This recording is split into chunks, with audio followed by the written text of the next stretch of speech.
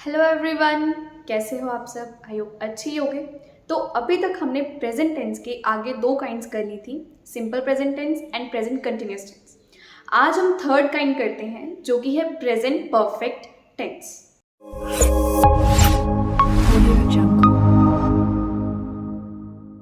चलिए करते हैं शुरू। ये जो हमारा प्रेजेंट परफेक्ट टेंस है, ये सिंपल प्रेजेंट और प्रेजेंट कंटिन्यूअस टेंस से बहुत ही ज़्यादा अलग है। क्यों अलग है? हालांकि इसमें आ रहा है प्रेजेंट, बट ये पास्ट और प्रेजेंट दोनों का एक मिक्सचर होता है। ये कैसे होता है और क्यों होता है, चलिए मैं आपको बताती हूँ। देखिए, जो प्रेजेंट परफेक्ट टेंस है हम कहाँ यूज़ करते हैं? हम वहाँ यूज़ करते हैं जहाँ कोई काम खत्म हो चुका हो। अब आप कहोगे कोई काम खत्म हो चुका, वो तो पास्ट टेंस था।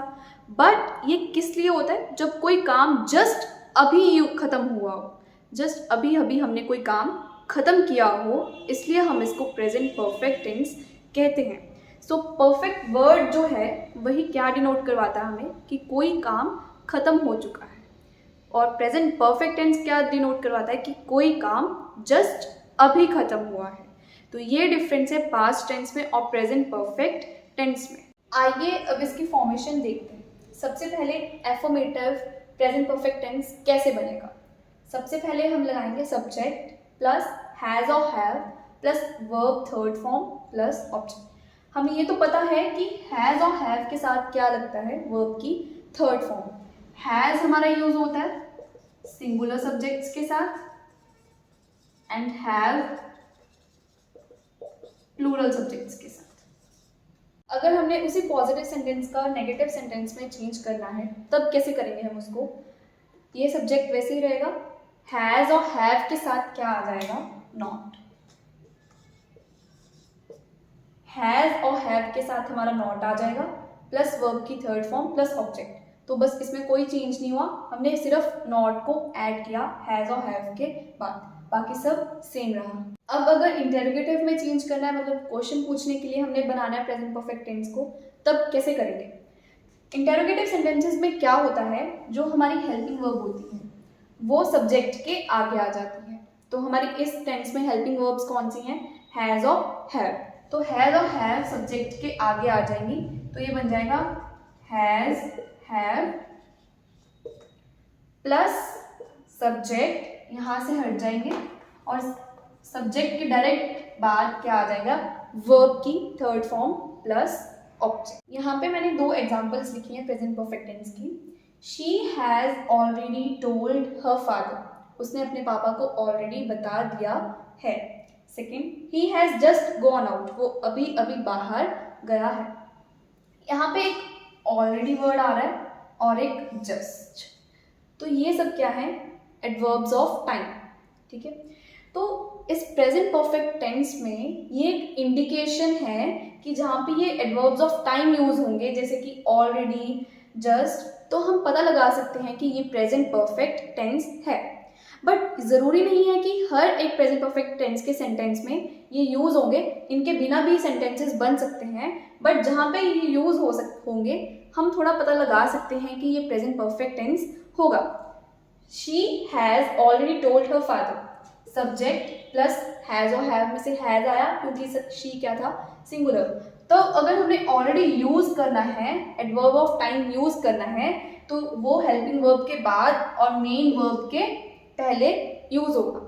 सो शी सब्जेक्ट प्लस हैज़ और have plus verb third form plus object. उसी तरह सेकेंड सेंटेंस में subject plus has plus verb third form, इसमें कोई ऑब्जेक्ट नहीं है। ठीक है, अब जस्ट और ऑलरेडी के अलावा ये भी कुछ ऐसे एडवर्ब्स हैं जो प्रेजेंट परफेक्ट टेंस में यूज हो सकते हैं।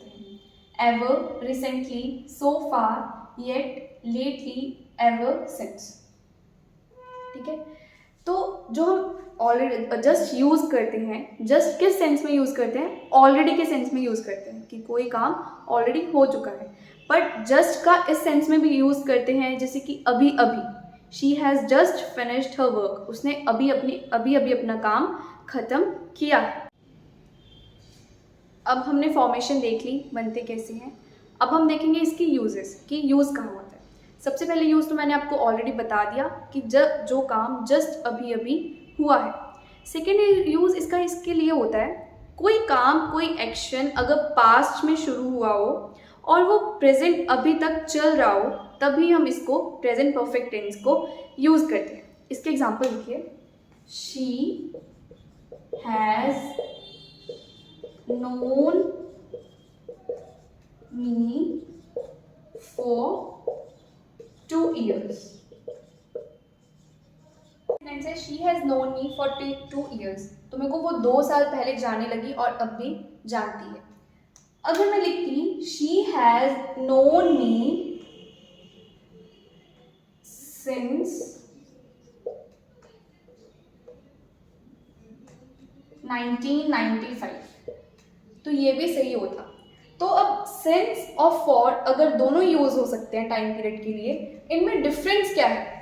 देखिए, जो हमारा सिंस है वो एक फिक्स्ड टाइम इंटरवल के लिए यूज करते हैं, फिक्स्ड टाइम इंटरवल। हमने ईयर का एक फिक्स्ड टाइम लिख दिया 1995 से, सो ये एक फिक्स्ड टाइम इंटरवल हो गया। बट फॉर जो होता है वो हम किसके लिए करते हैं? कोई ड्यूरेशन के लिए, नॉट फिक्स्ड।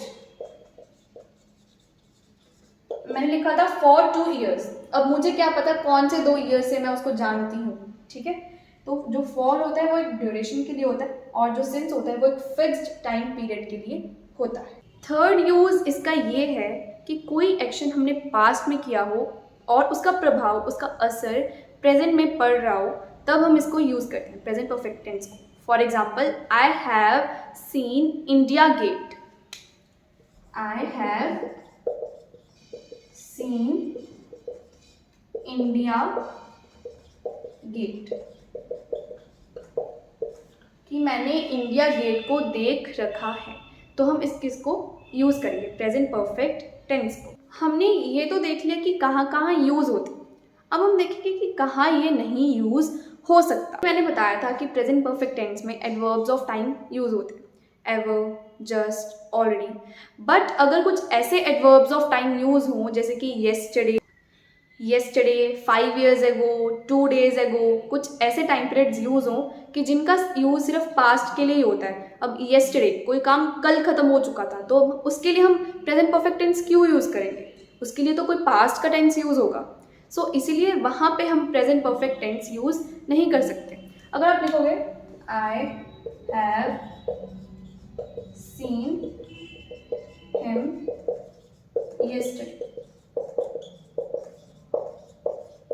तो ये आपका सेंटेंस गलत हो जाएगा, क्योंकि येस्टरडे मतलब कल, तो कोई काम कल हुआ था, कल के काम के लिए हम प्रेजेंट परफेक्ट टेंस क्यों यूज करेंगे? प्रेजेंट परफेक्ट टेंस हम क्यों यूज करते हैं? जब कोई काम जस्ट अभी खत्म हुआ। तो ये आपका सेंटेंस यहाँ पे गलत हो जाएगा। या आई have seen him 5 years ago,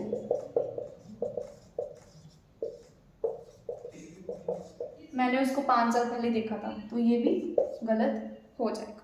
तो ये था हमारा प्रेजेंट परफेक्ट टेंस। इसी के साथ हमारा प्रेजेंट परफेक्ट टेंस खत्म होता है और आज की वीडियो भी खत्म होती है। Hope you liked watching my video and please do subscribe my channel and like all the videos. Thanks for watching.